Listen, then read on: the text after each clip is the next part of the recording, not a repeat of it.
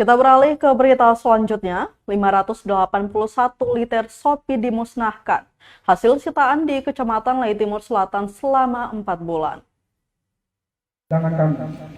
Sebanyak 581 liter minuman keras atau miras jenis Shopee berhasil diamankan dan kemudian dimusnahkan aparat Polsek Lei Timur Selatan Kota Ambon. Pemusnahan miras tersebut dilaksanakan di Mapolsek Lei Timur Selatan dengan cara ditumpahkan ke dalam selokan pada Rabu 7 Juni 2023. Kapolsek Lei Timur Selatan Ibda Romi Pradipta menyatakan ratusan liter miras yang dimusnahkan itu merupakan hasil sitaan periode Januari hingga April 2023.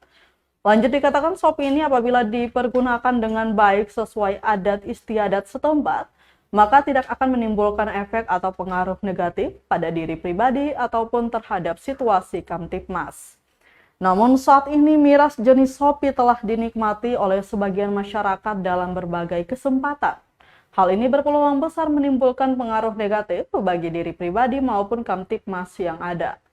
Romi juga meminta anggotanya agar selalu memberikan pemahaman maupun edukasi, baik dengan cara penyuluhan maupun sosialisasi kepada warga masyarakat tentang bahaya miras bagi diri pribadi maupun gangguan terhadap stabilitas Kamtibmas. Untuk diketahui, pemusnahan ini diikuti oleh pemerintah Kecamatan Lei Timur Selatan, JC Pesiwarisa, perwakilan pemerintah negeri Hutumuri Filipus Was, dan Ketua Komunitas Sogun atau Sopir Guno Festi Saumena.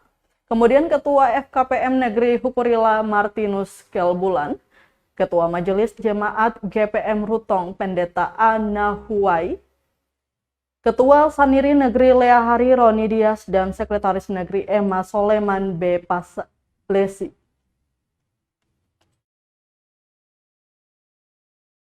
3, 2, 1.